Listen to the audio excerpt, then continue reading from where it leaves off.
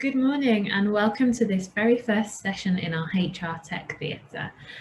This presentation is going to look at why you need to be investing in HR technology. So it's a really nice one to open the event with.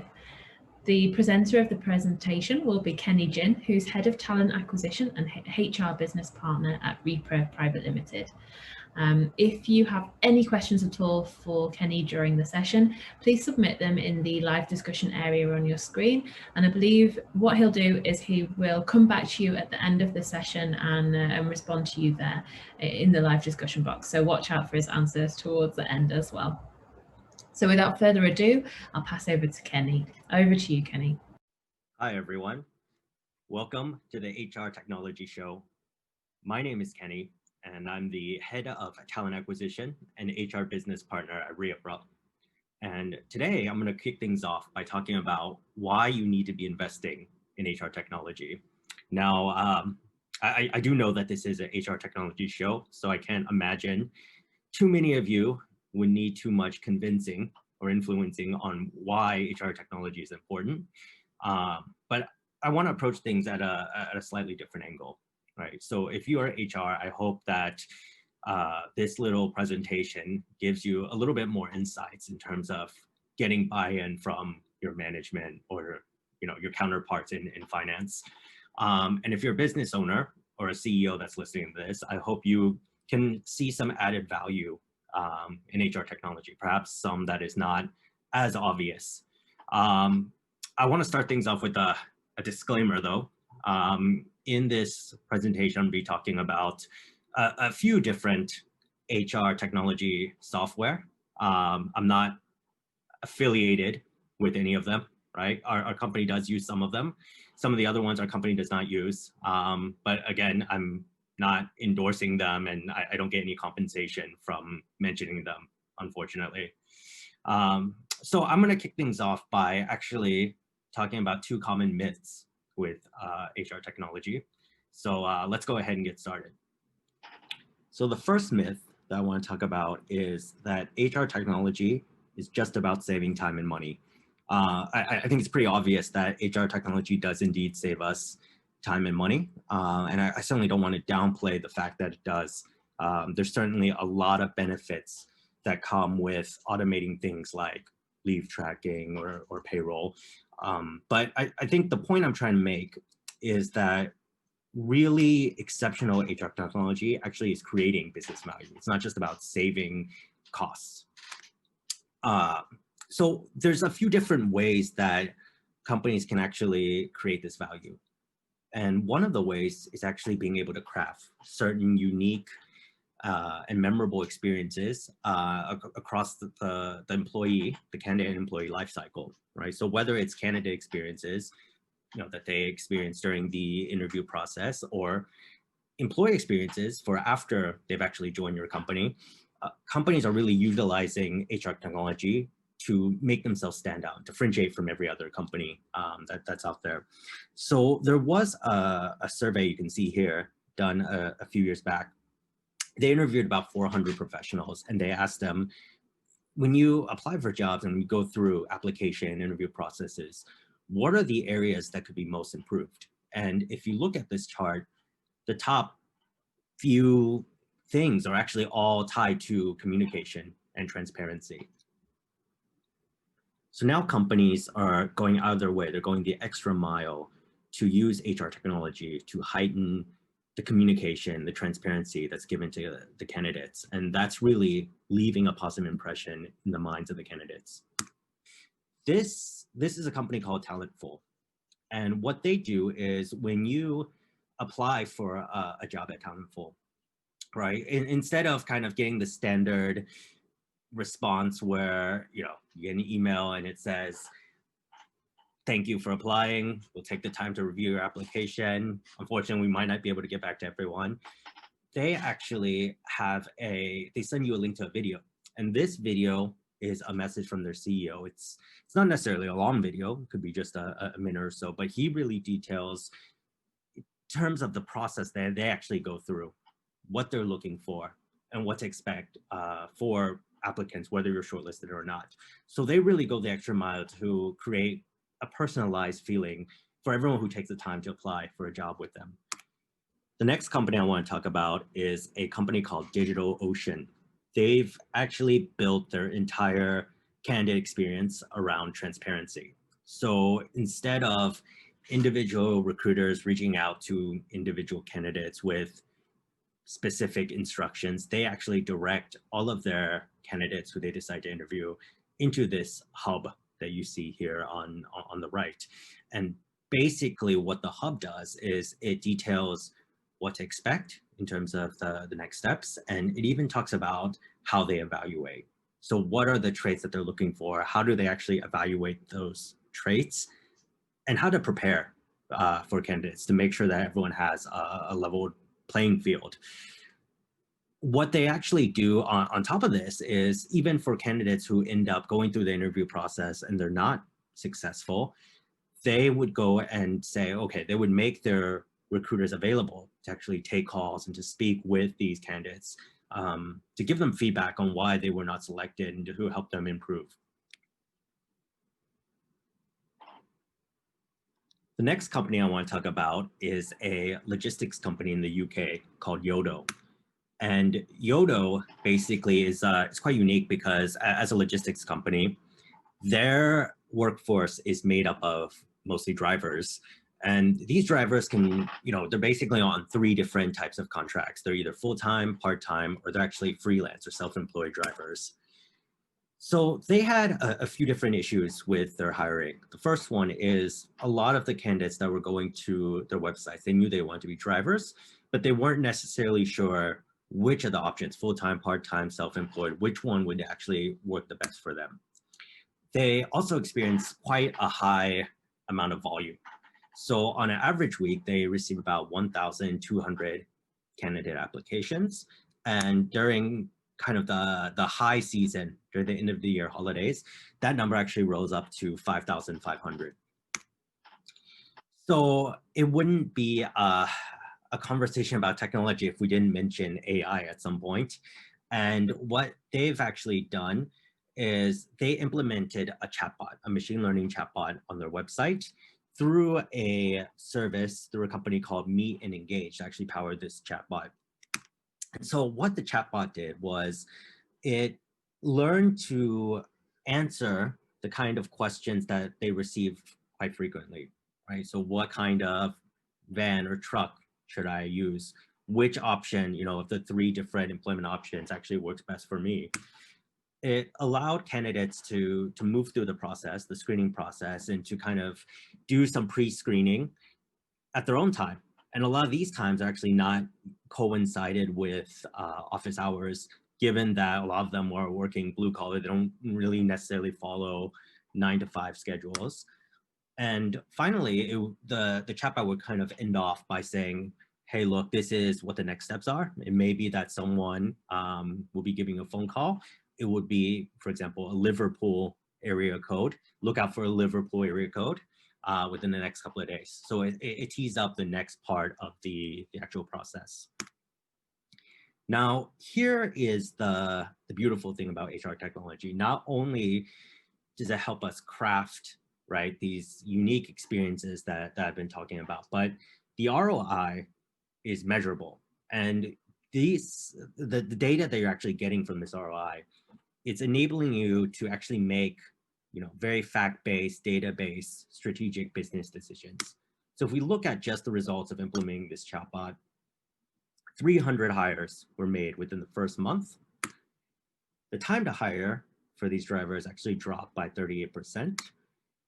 97% of applicants actually rated the experience as highly positive, and only 9% of applicants actually dropped out through the process. So basically, it streamlined the process. It made it more pleasant for the candidates, and most importantly, it saved time on both sides, both for the recruiters and the candidates as well. Now, I think it's important to mention that companies are not just using HR technology to craft experiences for the purposes of talent acquisition. They're also using it to engage their existing workforces. And one example is this company that's based in the US called LiveOps. And what they are is they are a cloud call center. So their workforce, much like Yodo, is a very homogeneous in terms of job function, right? So they have 20,000 call center agents. They all work remotely and independently. And so they've kind of been facing their core challenge is actually very similar to what a lot of us have been facing in recent months, which is how do we have engagement? How do we have motivation? And how are we being measured properly if we're all working remotely?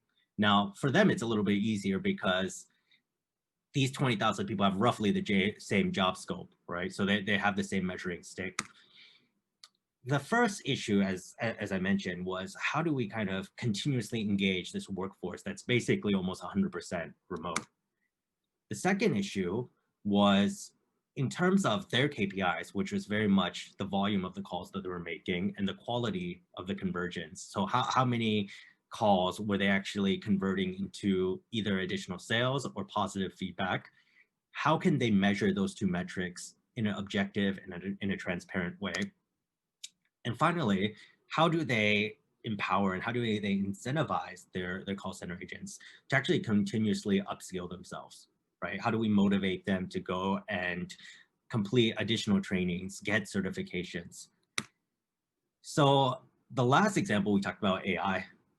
This example, we're going to talk about another very hot trend, which is gamification. And what LiveOps did was they engaged a gamification specialist company called Bunchball. And they actually set up a leaderboard for them, right? So it's, as you can see here on the left, it's a highly visible leaderboard. It's visible to everyone. I think it's a landing page when you log in for everyone in the employee. You can see the columns on the left, right? So the people who in the company who have the highest number of calls, the people who have the highest conversion rate, and then they have something on the bottom called points. And so what points are is you actually earn points and badges for either achieving specific targets or completing specific training programs.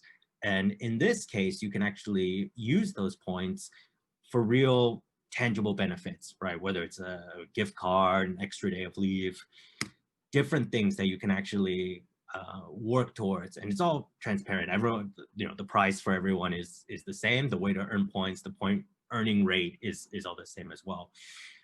And finally, what can also not be understated was it really provided, even though it's friendly competition, it provided a platform for them to communicate, to coach each other, to network, to share knowledge, share points. And this is something that, again, is very important because if they're all working remotely, it's very hard to kind of feel that same intensity as if they were all in the room together, making phone calls.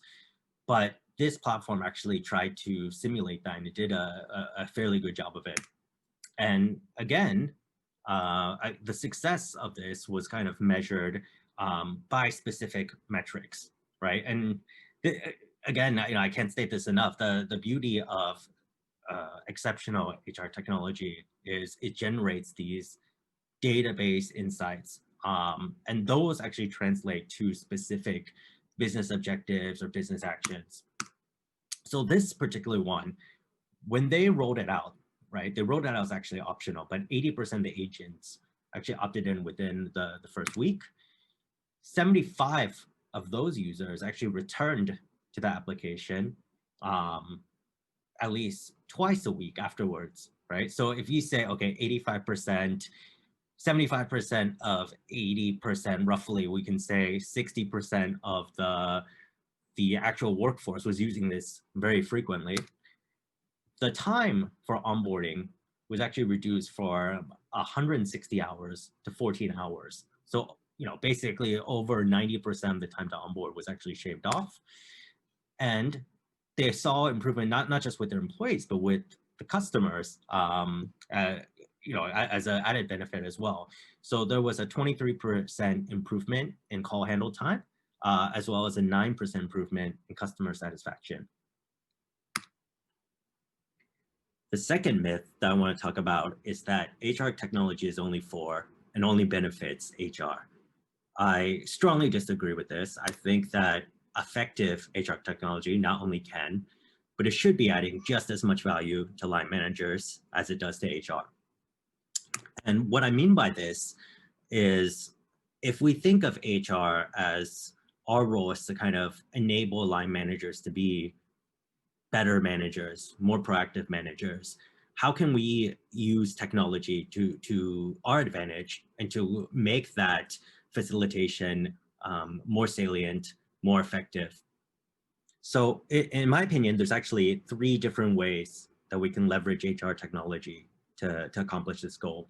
The first one is to use it to auto-populate the tasks for line managers, right? And what I mean by this is I'm sure line managers don't enjoy, having to remember to take steps to onboard someone or to fill out performance appraisals. And certainly I think HR also doesn't enjoy having to manually remind them to do so as well. In our company, we actually use Bamboo HR.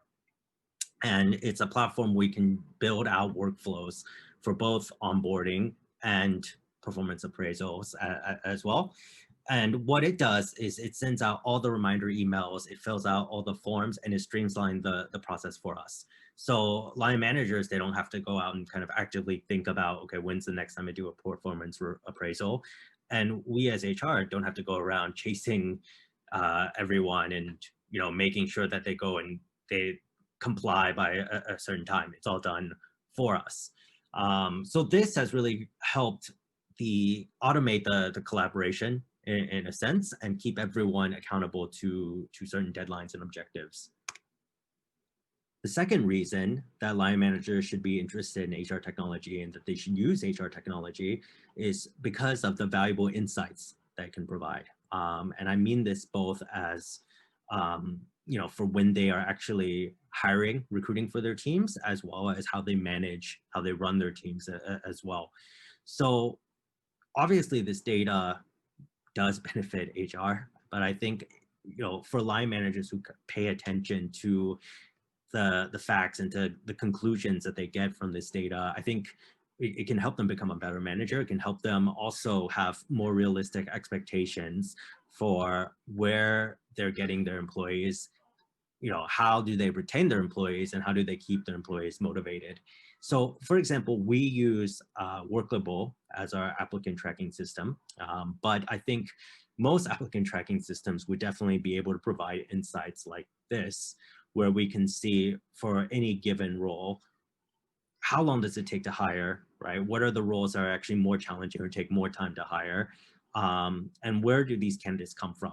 For certain departments, for certain roles, we actually see certain channels becoming more effective or are more effective than certain other channels. And likewise, for our existing workforce, to measure things like engagement or turnover, we use Bamboo HR. We look at things like, okay, what is our turnover from a month-to-month basis or quarter-to-quarter basis? And are there any certain trends, right? Like what is the average length of service for people who are actually leaving? Or how long do people typically stay in our company? We also look at things like, are there certain line managers that maybe they have higher turnover than other line managers? And we share this with the line managers, so we're very open about it.